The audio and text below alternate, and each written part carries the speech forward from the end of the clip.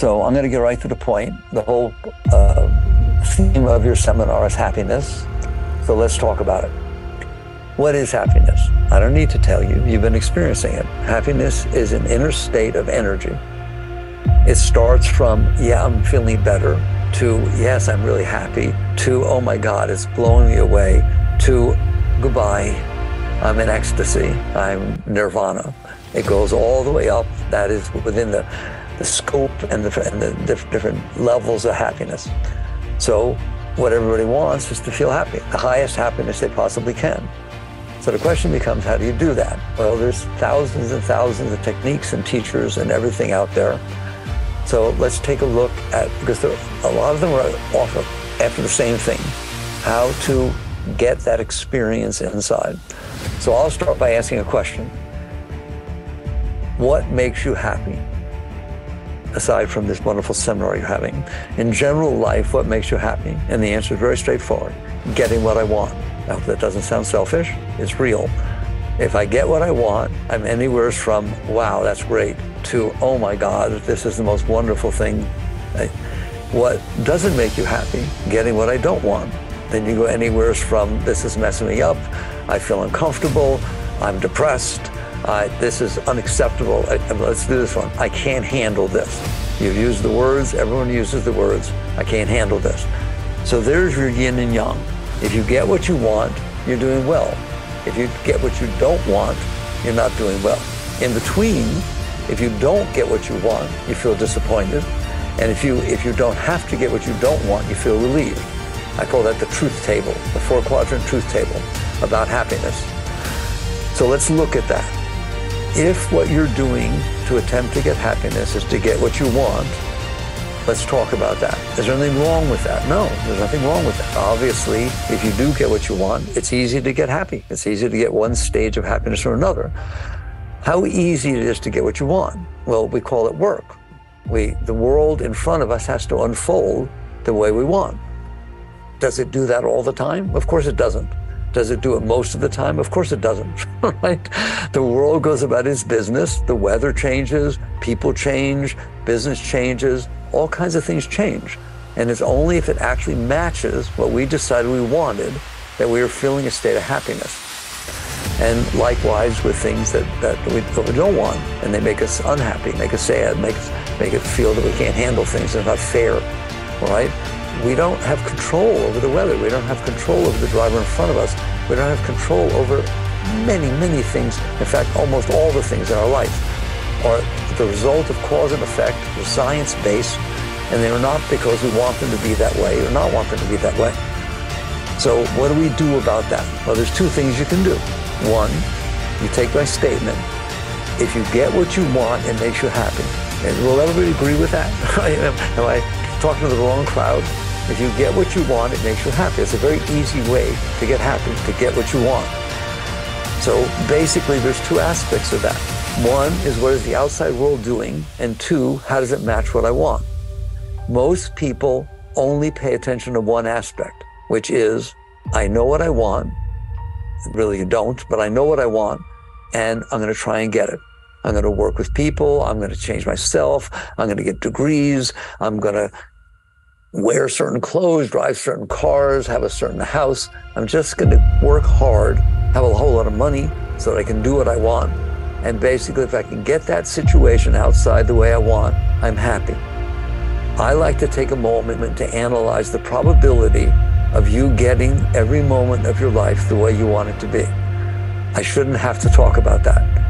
I usually ask people, let's take a real peak experience state where you're really blown away. It's your wedding day, the first kiss, just something really high to where, how do I define that? I wouldn't trade anything for this. This is exactly what I want to experience for the rest of my life. It's perfect, all right? It's a peak experience. How many of you had?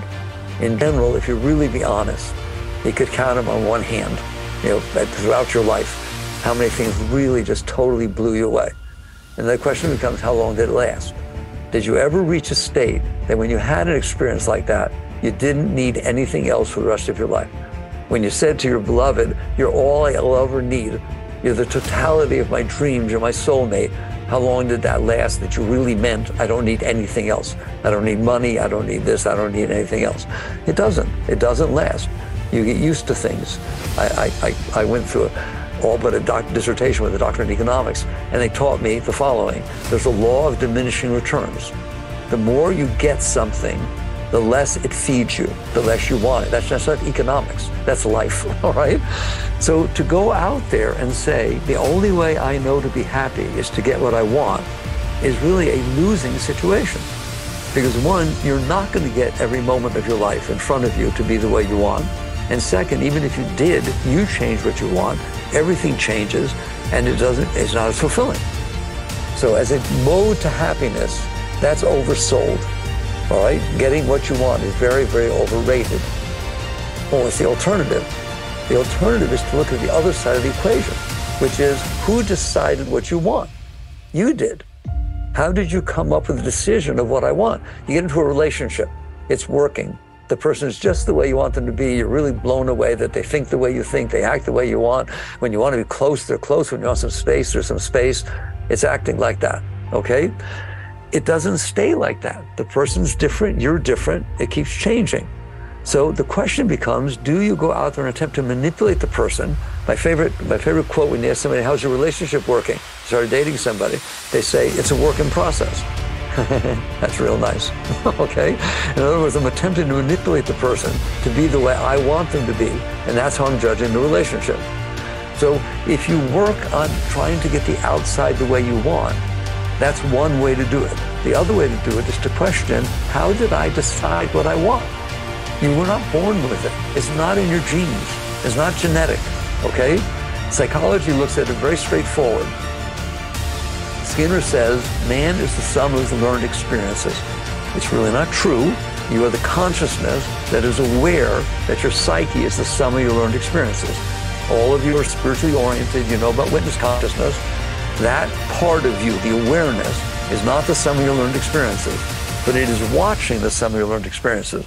That's what your psyche is. Your thoughts, your emotions, all that stuff are based upon the experiences you had in your life. You're programmed, if you will. You're programmed by the experiences you had. I shouldn't have to go deeper into that. You should understand that. You sit there and you like somebody. Then someone walks up to you and says, yeah, well, you better go talk to who they went dated with last time. Wait to hear what they have to say. All of a sudden, you're not so open next time you see the person. You are the sum of your learned experiences. Everything that comes in is an experience to you, and it changes what your psyche thinks, what it thinks it likes, what it thinks it wants. It can change on a dime, can't it? You date somebody, you think they're really wonderful, they're really great, and it turns out someone tells you they're a serial killer. Well, that changes instantaneously. So this thing about what I want is programmed. It is not something, you did not decide what you want. Hey, I don't care how big you are in business, how big your ego is, and that. You did not decide what you want. It was decided for you. Your parents' influence, the preacher's influence, the rabbi's influence, the first girlfriend influence, the first divorce influence, all of these things left impressions on you, and you are then reacting to that. And that's how you decided what you want. So there's two sides to the equation. One is you can work on trying to make the outside be what you want. And the second is you can question, how did I come up with this value system? How did I come up with this list of what I want? And is that really what I want? Well, it's not. You just said what you want is to be happy. That's a totally transcendent way to look at it. If you want to be happy, what does that have to do with getting what you want? It just happens to be that when you get what you want, you feel happiness. Why don't you feel it all the time? If you feel real joy inside yourself, then that means it's there. Yogananda said once that there's a river of joy that's flowing inside of you. It is there all the time. All you have to do is go to it, find it, get in and drown, and you'll be happy all the time. So we've made our happiness, we call conditional happiness. I can only be happy if I get what I want. And so instead of questioning this question of where did you come up with the idea of what you want, trying to work inside on that, we are completely committed. It's an addiction. We're committed to believing that if we get what we want, we'll be okay. And we work on that from the childhood. I want the toy, I want mommy, I want this, I want that. And certainly all relationships, everything is about people do honestly believe, I need to get what I want to be okay. That's not the truth.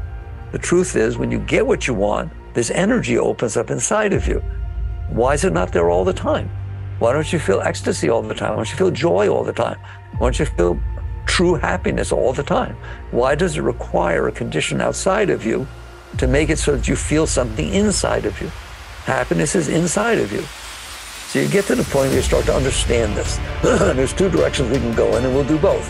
One is, what is the probability that you're going to get what you want? I have found, I've been doing it for 50 years, all right?